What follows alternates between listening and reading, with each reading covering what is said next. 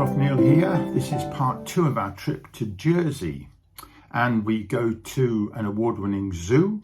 I go for a swim, we go to a lavender farm, and we find a really lovely secluded little beach right on the end of the island. Some fantastic drone shots, and then we meet a gentleman called Reg and his garden. Oh, and finally, you might wonder where our luggage ends up. We don't know either.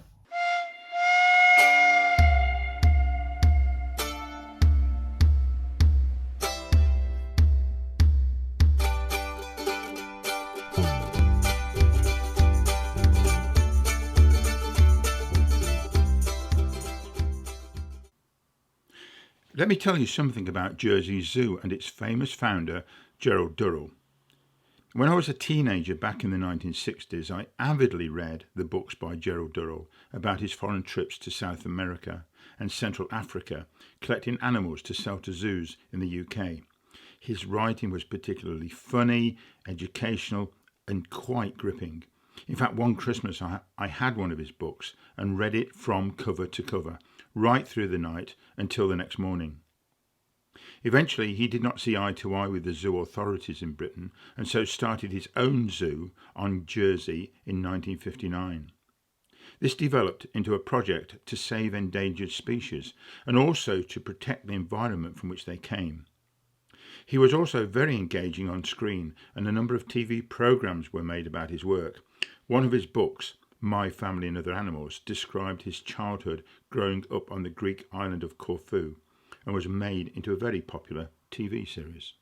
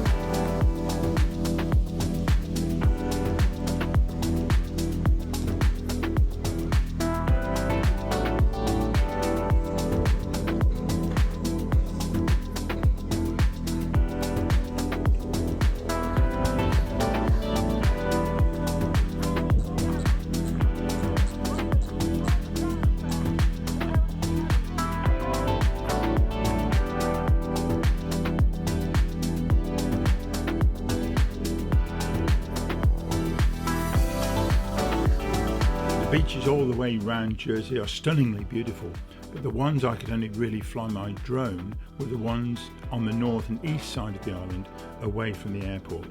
So strap in and put your sun hat on and let's go visit a few of them.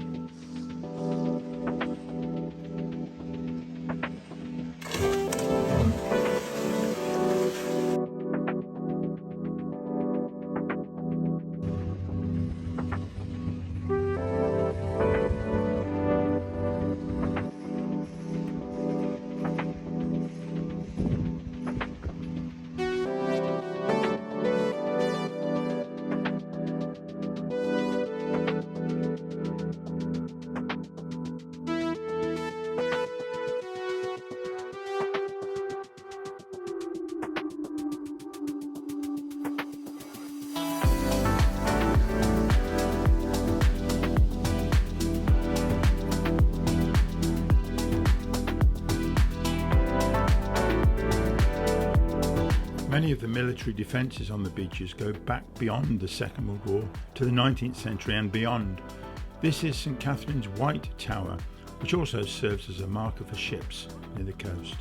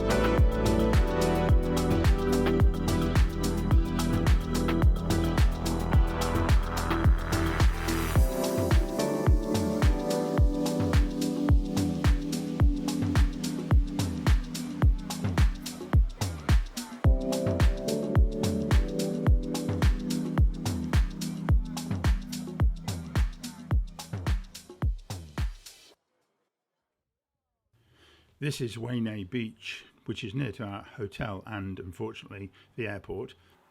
Before I go for a swim, let me tell you about an important historic discovery to the left. And this is LaCoupe de Saint-Brelade, where they understand that Paleolithic man had hunted and butchered lots of ancient animals from the time, mammoths and so on, found at the bottom of the cliff. It's a relatively new discovery and quite a remarkable one too. As usual, I was probably a little clumsy by talking about dinosaurs. Anyway, I hope there's no sea monsters around because I'm going for a swim. Well, you know how Tom Cruise does these amazing stunts with the camera running? Well, it inspired me.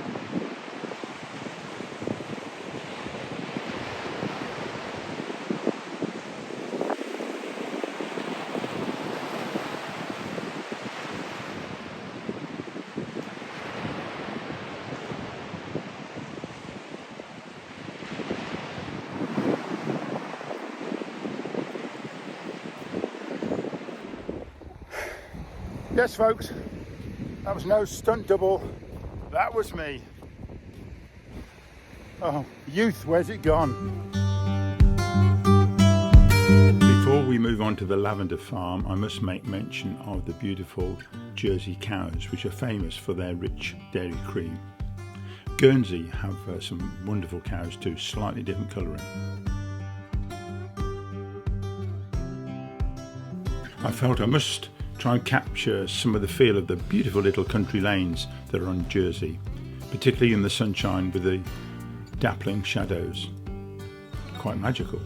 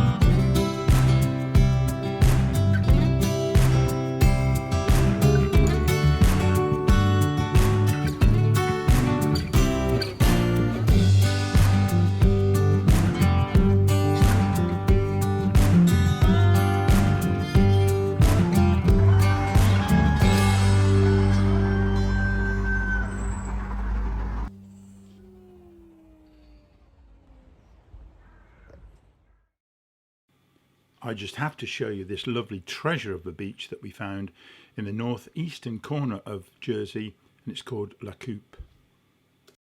That paddleboard, by the way, is not mine. It belongs to one of the other 3 people only that were on the beach. There you can see our cars parked, as is the red one, and there's only about 4 or 5 of them there.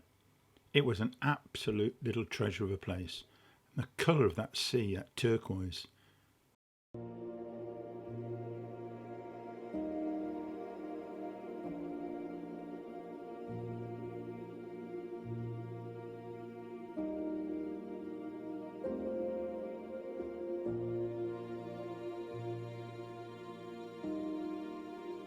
I also have this clifftop footage from the other end of the island. You can see some of the fortifications on the headland there, and the racetrack on the side, and the top left is the top of St Juan's Bay.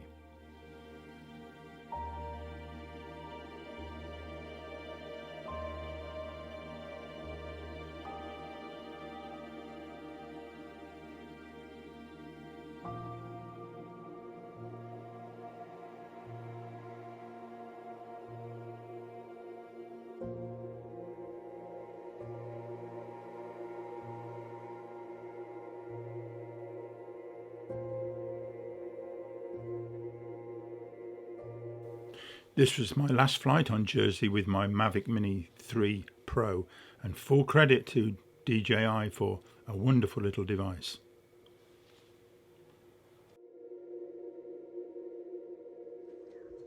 Thank you very much indeed, sir. The table's probably the dirtiest from those trees. I don't worry about it. That's okay. You okay then? Thank you very much. It's on the house, there's nothing to do. We'll Yeah. pop some No, in there. there's no need. This is Reg Langlois, who is an amazing old gentleman who has this wonderful garden not far from where our hotel was. We had a few hours to kill before we went to the airport to get on our plane on the Saturday afternoon. So we found this garden, which was shady because it was so hot. And here was Reg, and he was serving tea and biscuits for free.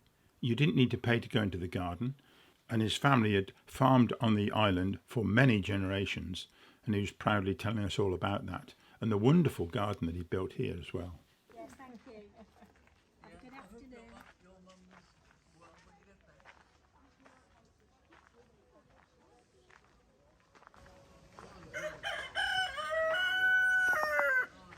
This is Reg's garden. It's remarkable.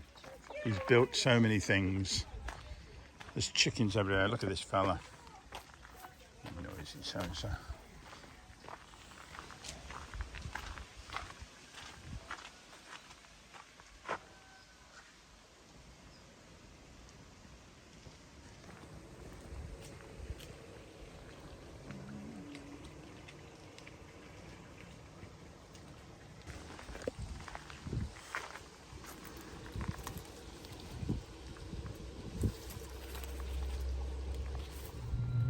And so it was time to leave, and it was such a sad departure really, having met such good friends, seen some great scenery and had some fantastic food as well.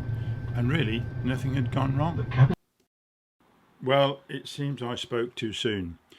We put 2 big cases in the hold of the aeroplane, and when we got to Birmingham, there was only 1.